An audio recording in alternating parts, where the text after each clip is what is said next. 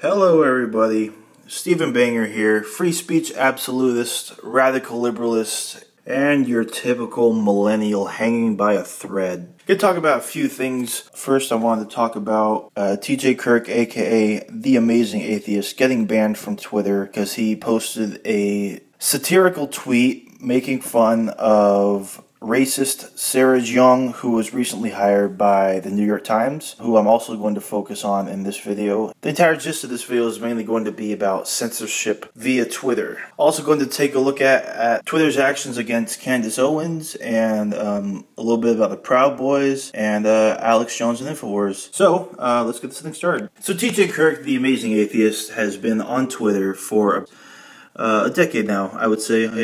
And he was recently taken down by the ever so just and tolerant people running Twitter for this tweet that I shall quote here. "White people are a disease. They are AIDS. They are a pox upon the earth, and every stinking cracker one of them should die of every disease at once. So, New York Times, how's about a lucrative job at your paper? I think I have demonstrated the qualifications." Now, any advanced ape with two brain cells to rub together would understand that this is a satire tweet. It is parroting the racist Sarah Jeong, who I will focus on here in just a little bit. But according to Twitter and all the fart sniffers out over there, this was enough to get The Amazing Atheist banned from the platform. When TJ tried to appeal, he got this response. "Hello, your account has been suspended and will not be restored because it was found to be violating Twitter's terms of service, specifically the Twitter rules against hateful conduct."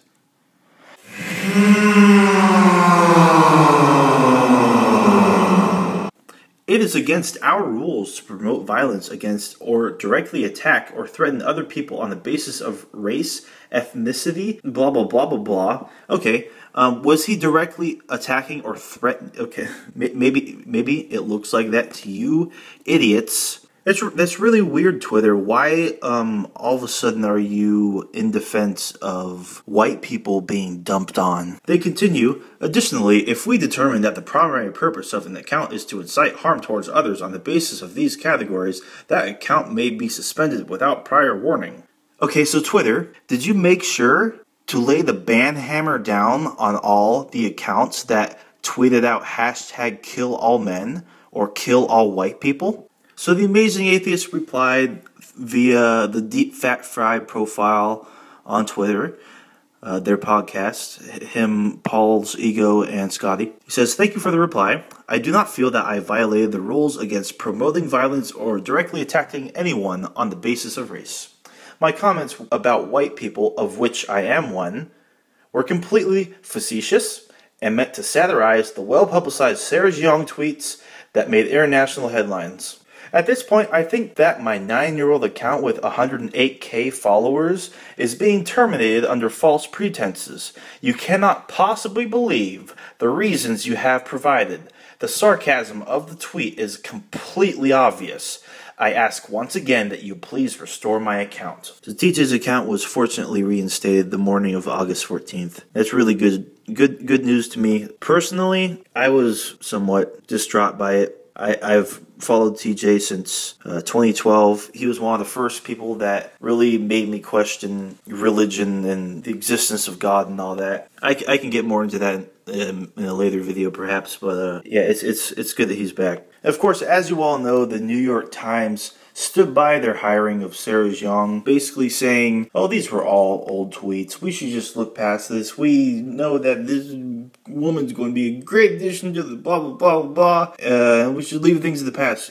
That's so hilarious because, like, the same thing wasn't said about James Gunn when the weasel Mike Cernovich pulled up a whole bunch of tweets from his past, which cost him his job. And so TJ wasn't the only rational voice to point out the hypocrisy of the New York Times to receive the Banhammer from Twitter. Candace Owens also got suspended. Now, I don't really like her. Maybe every once in a while, like with the Kanye West thing, I'll clap out loud because she makes some bit of sense, and I do stand behind the principle of some of the things she's saying, but most of the time she's just an idiot, a mouthpiece talking for the conservative right. It says nothing of substance. But regardless, I do not agree for 1 second with her suspension from Twitter. She said this: "Black people are only fit to live underground like groveling goblins. They have stopped breeding and will all go extinct soon. I enjoy being cruel to old black women." The above statements are from New York Times editor Sarah Jeong. I simply swapped out the word white for black. Can you imagine the outrage? But it's bigotry towards white people, so who gives a flying fuck? She also said Jewish people are bullshit, like dogs pissing on fire hydrants. Hashtag cancel Jewish people. Are Jewish people genetically disposed to burn faster in the sun? The above statements are from New York Times editor Sarah Jeong. I simply swapped out the word white for Jewish. Now, you can't openly talk bad about Jewish people, you friggin' anti-Semite. Are you nuts? Oh, you're talking about white people? It's all good. White people just need to go extinct. Candace Owens did get her account back up. So I've heard a lot of people say, I think even New York Times and Sarah Jeong herself say, all these tweets, they're just, taken out of context. All these trolls bringing up my past, bringing up the past like it's just out of context and just making me look bad. Well, if that's the case, let's dive in just a little bit into her Twitter history, and let's gain some reassurance that she's really not hideously racist against white people. Oh man, it's kind of sick how much joy I get out of being cruel to old white men. Charming, tolerant, lovely addition to the New York Times. I open my mouth to politely greet a Republican, but nothing but an unending cascade of vomit flows from my face. I can't really blame her with that one. Are white people genetically predisposed to... yeesh. Ugh. Let's take a look at another one. Let's take a look at this one. Second row up near the top. White women fuck up, but they're still easy. They're still relatively easier targets because social context, etc., etc., etc. Now I'm sure I'm probably just taking that out of context, but that does seem a little insensitive, But whatever. It's just white women. Top left. The further away you are from living as a white heterosexual middle class man, the less privacy you enjoy. Well, you linked a Guardian article, so I doubt that it's quality. I don't think anyone has any privacy anymore.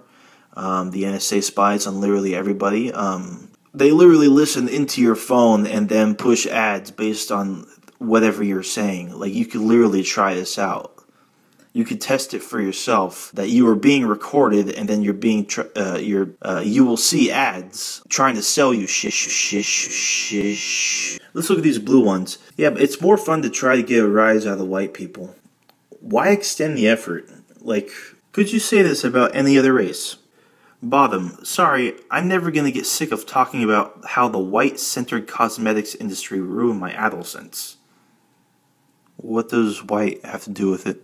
Still don't think she's bad? Need a little more context? Alright, let's dive a little deeper. Ooh, I like this one. Top right, permission to slap the next white person who tells me platform-level speech restrictions aren't important? I wouldn't say they're important, but I would say that they are pretty Orwellian. I don't support any restriction of speech unless it is doxing, something of that sort, like openly threatening to come where you are and kill you or something like that. How about some more? Ooh, these are some fun ones. On the left, she seems to be a pretty casual fan of NPR, national pretty goddamn white radio. The relevance is just gleaming right in your face, isn't it? How about this lovely one on top? I want to spit in the latte of every sanctimonious white lady who has pulled this shit. Well, I don't see what them being white, if they pulled some heinous stuff, then that's still horrendously disgusting, to say the least. I still don't see what their color has to do with it. Middle bottom. What people miss is that a lot of this online trash fire comes from white leftists online getting pissy about identity politics around 2014. I remember 2014 very well. That was the year that everyone all of a sudden became offended by literally everything. Gamergate came to fruition, and the entire social fabric just ruptured, and there's no going back. But I don't think all of those leftists were white. And I still fail to see the relevancy. Let's take a look at this one on the left. No, she's bizarrely accusing X of racism. Thanks, another random white leftist, for your input. Do you hear that? Do you hear that? If you're white, if you identify with the left, your input is automatically invalid. Don't even try. Sarah will shut you down. And she's got Twitter on her side. How about this lovely piece on the bottom right? I don't discriminate against half-souled, bored-brained white people, even though my mind is not physically attracted to them. Are you sure you don't discriminate against white people? You say the term white an inconceivably large amount of times. All over your Twitter. Here's another. I won't do too many more of these. If you keep accidentally only ever hiring white men, you need to seriously consider the possibility that your judgment is trash.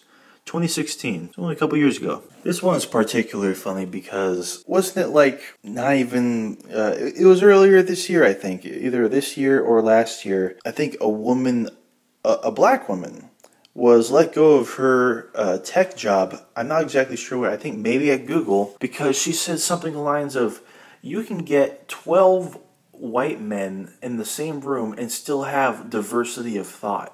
And of course, people like this and countless other blue checks on Twitter and social justice warriors and that of the lot, what they do? So that's enough of those. Like either her or someone associated with her even said at one point that she was just satirizing and parroting actual racists in her tweets. I find that impossibly difficult to believe since her attitude towards the white race seems pretty consistent, as there are maybe a few hundred of these tweets at the least collected over the course of 4 years. There are so many of these. If you want to dive deep into her Twitter history, knowyourmeme.com has all of them. The New York Times still chose to keep her hired. This is blatant hypocrisy at its finest. This kind of reminds me of prominent cosplayer Momokun. She sexually harassed numerous people, plenty of evidence of it. She's done it over years now, yet outrage was minimal, likely because she's a woman. Just like when you spew racially charged hatred and vitriol at humans with pale complexions, it's shrugged off. Don't you just love double standards? What sickens me is you get blue checks like this Charmin Bear guy, white knighting for her, going, Sarah Jeong is supremely talented and we are lucky to have her join the Times. Proud to call her a colleague. Who has, like, am I wrong? Isn't that the Charmin Bear? Cha-cha-cha. Charmin. Maybe it's because, like, he constantly needs to wipe his ass after shitting out such awful tweets. All that about Sarah Jeong really warmed me out, but I wanted to move to this next piece. Proud Boys. Suspended from Twitter on the eve of the Unite the Right rally. Proud Boys is this little thing ran by Gavin McInnes, who I personally do not even care for. But what really disturbed me was the reason for their removing was because of they were apparently linked to advocacy for violent extremism, which I do not believe is the case for a second. But if it is, if they were removed from Twitter, then what are these? What are these still doing up? I mean, there are multiple examples of these middle-class sad boys inciting violence, censoring people, shutting events down, interfering with what would be peaceful protests, all in the name of communism. The Unite the Right rallies just happened. They were awkwardly outnumbered 500 to 1. Barely anyone on the right showed up, but Antifa did. And guess who was involved with the most violence over the weekend? It's pathetic if you ask me. If we're going to be consistent here, Twitter, something needs to be done. I mean, what you say? And despite all of this, as it stands right now, as I am recording this on my piece of crap iPod, Alex Jones and InfoWars are still up on Twitter. Why are you so selective, Jack? Who do you have working for you out there in San Francisco? What is going on at the Twitter headquarters? I mean, good on you for not succumbing to the pressure of all these anti-free speech normies plaguing social media and all these tech giants. Twitter might just well be at InfoWars' last bastion of hope and maintaining the social presence the social media presence that they have. But ironically enough, all these giant platforms are just collectivized idiots because InfoWars has one of the most popular apps in the Play Store and in the iTunes Store right now. Their popularity has, I would say it's grown. They haven't gone away. What did you think was going to happen? And now that a crazy nut job like Alex Jones has taken the bullet, you have even more people calling for the next one, the next quote-unquote extremist to be taken down. I've heard Steven Crowder's name mentioned. When is it going to stop? The amazing atheist is not a bigot. He's not a Nazi. Yet this still happened. So when Christy Winters says something like, "You should, if you're going to be sarcastic, you should make it abundantly clear." Yeah, you know what we should do? We should put the word sarcasm in between every syllable of the tweet that we're making. Just to be clear, because some people just can't tell. You know who else has been banned from Twitter, right? Sargon of Akkad. Twice.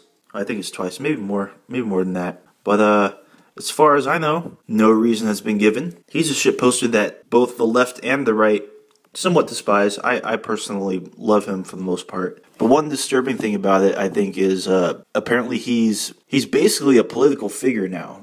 Like, he's gone straight from pro-Gamergate, anti-SJW, shitlord on YouTube, shitlord, which he still kind of is, to full-blown political activist. But, like, isn't it in the rules that you're not supposed to lay the banhammer down on political figures on Twitter or something like that? I have no idea. It's absolutely fucking ridiculous either way. So I feel like I've gone on for long enough now. I still have so much to say, but I don't want to squeeze it all into one video. It's going to there's a lot more that's definitely coming in the future. So stay tuned for all that. Make sure you like, comment, subscribe. Follow me on Twitter at StevenBangerUwoo, and go fly a kite or something like that. I love you.